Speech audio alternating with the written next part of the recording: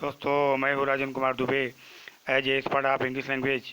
आज मैं सभी को जो है टेंस में प्रेजेंट कॉन्टिन्यूअस टेंस के बारे में बताऊंगा। जैसा कि मैंने पिछले वीडियो में प्रेजेंट इंडेफिनिट टेंस या सिंपल प्रेजेंट टेंस के बारे में बताया था। तो आइए हम प्रेजेंट कॉन्टिन्यूअस टेंस के बारे में, जैसे कि हिंदी वाक्यों के अंत में रहा है, रही है, रहे हैं आदि आते हैं। तो आइए इसका फार्मूला मैं बताता हूँ। अफर्मेटिव में साधारण वाक्यों में जो है सब्जेक्ट होता है, इसके बाद जो है इजेमार का प्रयोग किया जाता है, इसके बाद जो है वर्ब की फर्स्ट फॉर्म में आईएनजी होता है, इसके बाद जो है ऑब्जेक्ट का प्रयोग किया जाता है। अब आइए हम आपको बताते हैं कहाँ पर इज का प्रयोग किया जाएगा, कहाँ पर एम का प्रयोग किया जाएगा और कहाँ पर आर का प्रयोग किया जाएगा। जैसा कि ही सी इट और नेम, ही सी इट और नेम के साथ जो है इज का प्रयोग किया जाता है। आई के साथ जो है एम का प्रयोग किया जाएगा, एम। और वी यू दे, आई के साथ एम, वी यू दे के साथ जो है आर का प्रयोग किया जाता है। और आइए हम एक एक करके एग्जाम्पल आपको बताते हैं। जैसे कि हम लोग क्रिकेट खेल रहे हैं, तो हम लोग क्रिकेट खेल रहे हैं, तो जैसा कि पहले कर्ता आएगा, कर्ता जो है वी है, हम लोग का अंग्रेजी जो है वी होता है। इसके बाद वी के साथ आर का प्रयोग किया जाएगा, वी आर प्लेइंग क्रिकेट। आगे और मैं बताता हूँ, जैसे मैं अपनी किताब पढ़ रहा हूँ, तो मैं अपनी किताब पढ़ रहा हूँ, तो मैं के अंग्रेजी जो है तो होता है आई। आई के साथ जो है एम का प्रयोग किया जाएगा, I am reading my book. अब आई के साथ अपने के लिए माई का प्रयोग किया जाता है, तो I am reading my book. जैसा कि वे लोग बगीचे में टहल रहे हैं, तो वे और वे लोग की अंग्रेजी जो होती है वहाँ पर दे का प्रयोग किया जाता है, तो दे के साथ आर का प्रयोग किया जाएगा, they are walking in the garden. और आगे मैं बताता हूँ, जैसा कि महेश मुझे अंग्रेजी पढ़ा रहा है, महेश मुझे अंग्रेजी पढ़ा रहा है, तो फिर क्या होगा इसका, Mahesh is teaching me English. तो Mahesh is teaching me English. आगे और एग्जाम्पल के रूप में बता रहा हूँ, जैसे वह एक नई सिनेमा देख रही है, तो वह है चूँकि देख रही है, कोई लड़की है, तो यहाँ पर सी होगा वह के लिए। सी के साथ जो है इज का प्रयोग किया जाता है, she is watching a new cinema. तो जैसा कि यह साधारण वाक्य में इज एम आर के साथ जो है वर्ब में आईएनजी का प्रयोग किया जाता है। और सब्जेक्ट, जैसा सब्जेक्ट होगा, जैसे एक वचन सब्जेक्ट होगा, ही सी इट के साथ जो है इज और वर्ब में आईएनजी, आई के साथ जो है एम का प्रयोग किया जाता है, आईएनजी का प्रयोग किया जाएगा। और वी यू दे के साथ जो है आर और वर्ब की में आईएनजी का प्रयोग किया जाएगा। ये हुआ अफर्मेटिव। आइए हम नेगेटिव की बात करते हैं। नेगेटिव में जो है subject plus is am are, देखो subject plus is am are plus not, verb की फर्स्ट फॉर्म में आईएनजी प्लस ऑब्जेक्ट होता है। तो जैसा कि केवल इज एम आर के बाद जो है नॉट का प्रयोग किया जाएगा। देखिए एग्जाम्पल के रूप में, जैसा कि मैं जो आपको एग्जाम्पल बताया हूँ साधारण वाक्य में, मैं उसी का एग्जाम्पल यहाँ पे रिपीट कर दे रहा हूँ। We are not playing cricket, हम लोग क्रिकेट नहीं खेल रहे या हम क्रिकेट नहीं खेल रहे हैं। I am not reading my book, मैं अपनी किताब नहीं पढ़ रहा हूँ। They are not walking in the garden, तो जैसा कि वे लोग जो है बगीचे में नहीं टहल रहे हैं। तो जहाँ नहीं आ जाए वहाँ पर इज एम आर के साथ जो है आई नॉट और वर्ब की फर्स्ट फॉर्म में आईएनजी का प्रयोग किया जाएगा। जैसा कि और भी आगे की एग्जाम्पल में, Mahesh is not teaching me English, Mahesh मुझे अंग्रेजी नहीं पढ़ा रहा है। She is not watching a new cinema, वह नई सिनेमा नहीं देख रही है। तो नेगेटिव में जैसा कि मैंने आपको बताया कि सब्जेक्ट के बाद इज एम आर, इसके बाद नॉट, इसके बाद वर्ब की फर्स्ट फॉर्म आईएनजी, इसके बाद ऑब्जेक्ट का प्रयोग किया जाता है। आगे और हम चलते हैं इंट्रोगेटिव। इंट्रोगेटिव में जैसा कि मैंने आपको पिछले वीडियो में बताया था कि इंट्रोगेटिव दो प्रकार के होते हैं, हेल्पिंग वर्ब से प्रारंभ होकर और डब्ल्यू एच के द्वारा, मतलब प्रश्नवाचक शब्दों के द्वारा। तो आइए जो है हेल्पिंग वर्ब से प्रारंभ होकर, इसमें प्रेजेंट कॉन्टिन्यूअस में इंट्रोगेटिव में इज एम आर पहले आएगा प्लस सब्जेक्ट, वी वन में आईएनजी प्लस ऑब्जेक्ट, इसके बाद डब्ल्यू एच, इसके बाद इज एम आर, इसके बाद सब्जेक्ट, वी वन में आईएनजी, इसके बाद ऑब्जेक्ट।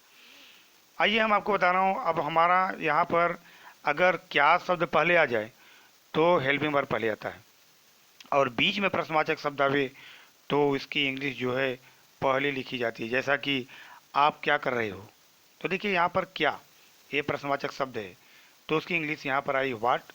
अब इसके बाद हेल्पिंग वर्ब आएगा जैसा कि फार्मूले के अनुसार, और चूंकि आप है, आपके लिए आर का प्रयोग किया जाएगा, व्हाट आर यू डूइंग। आगे और हम बताते हैं, जैसा कि क्या मोहन बड़े मैदान में खेल रहा है, तो देखिए क्या पहले आया हुआ है। जब क्या आएगा तो इज एम आर पहले आएगी कर्ता के अनुसार। चूँकि कर्ता यहाँ पर एक वचन है इसलिए यहाँ पर इज का प्रयोग किया जाएगा। Is Mohan playing in the big ground. और आगे हम बताते हैं, वह अपने गांव कैसे जा रही है। अब देखिए यहाँ पर प्रश्नवाचक शब्द बीच में है कैसे, तो उसकी इंग्लिश पहले लगेगी। How is she going to her village. और आगे हम चलते हैं, जैसा कि मीना उसे क्यों डांट रही है। अब देखिए यहाँ क्यों आया हुआ है, क्यों प्रश्नवाचक शब्द है तो उसकी इंग्लिश पहले आएगी। Why is Meena scolding him. Him मतलब उसे कोई लड़का है तो यहाँ पर हिम का प्रयोग किया गया। जैसे और आपका भाई अमेरिका से कब आ रहा है। अब देखिए कब आ रहा है, यहाँ कब है प्रश्नवाचक शब्द है इसलिए उसकी इंग्लिश जो है वेन आया। वेन। अब योर ब्रदर है तो योर ब्रदर मतलब एक वचन है इसलिए इज का प्रयोग किया गया। When is your brother coming from America. आइए और हम आगे चलते हैं, क्या सीता रसोई में खाना बना रही है। अब देखिए तो क्या आया हुआ है इसलिए ई जाएगा। अब चूंकि कर्ता एक वचन है, किसी का नाम है इसलिए जो है इसका प्रयोग किया गया। इसके बाद सीता है, cooking food in the kitchen. अब इंट्रोगेटिव निगेटिव अगर आप मुझे बनाना हो तो कैसे होगा। इंट्रोगेटिव निगेटिव में तो क्या होगा उसका फार्मूला मैं आपको बता दे रहा हूँ। जैसा कि इंट्रोगेटिव निगेटिव में अगर बनाना हुआ तो इजेमार पहले आएगा, इसके बाद सब्जेक्ट के बाद ही नॉट का प्रयोग किया जाएगा।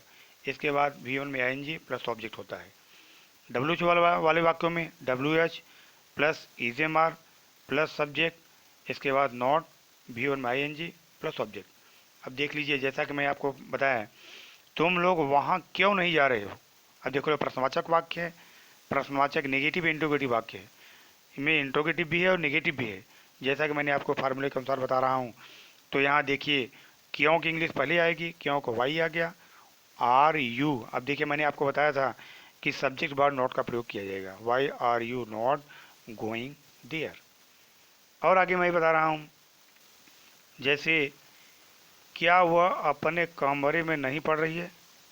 तो देखिए यहाँ पर अब क्या आया हुआ है तो ई जाएगा। Is she not reading in her room, जैसा कि ये इंट्रोगेटिव निगेटिव है।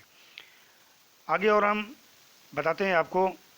अब ये तो हुआ कि हिंदी वाक्यों में कैसे इसकी ट्रांसलेट किया जाएगा। अब आइए हम आपको बताता हूँ कि अगर अंग्रेजी में वाक्य है तो हम कैसे पहचानेंगे कि प्रेजेंट कॉन्टिन्यूअस टेंस है। यदि वाक्यों में लुक आ जाए, सी आ जाए, वाच आ जाए, लिसन आ जाए, हियर आ जाए, नाउ आ जाए, एट द मोमेंट आ जाए, तो इसको उस वाक्य को जो है हम प्रेजेंट कॉन्टिन्यूअस टेंस मानते हैं। अब आइए हम देखते हैं, जैसा कि कभी कभी वाक्यों में भरने के लिए आते हैं, जैसे द बेबी, बेबी है और नाउ है। अब हमको यहाँ जो है ब्रैकेट में क्राई लिखा हुआ है, तो क्राई लिखा हुआ है तो वर्ब का कौन सा रूप भरेंगे। चूंकि हमारे पास नाउ है, नाउ से हमारे पहचान में आ गया कि यह जो है प्रेजेंट कॉन्टिन्यूअस है। और तो प्रेजेंट कॉन्टिन्यूअस में जैसा कि फार्मूले में आपको बताया था, इज एम आर के साथ ING आता है वर्ब में, तो कॉन्टिन्यूअस है इसलिए इज क्राइंग। ये जो है क्राइंग का, ये क्राई का जो है क्राइंग हो जाएगा। आगे और हम देखते हैं, जैसा कि लक्षण कुछ न कुछ अंग्रेजी वाक्य होगा तो उसके कुछ न कुछ लक्षण जरूर मिलेंगे। जैसे लिसन, रीमा। अब आगे देखिए ए सॉन्ग, अब यहाँ ब्रैकेट में सिंग लिखा हुआ है, तो चूंकि यहाँ लिसन आया हुआ है इसका मतलब ये हमको संकेत दे रहा है कि यह जो है प्रेजेंट कॉन्टिन्यूअस है। तो प्रेजेंट कॉन्टिन्यूअस है, जैसा कि रीमा है तो इज सिंगिंग, सिंग का सिंगिंग हो जाएगा, सिंगिंग ए सॉन्ग।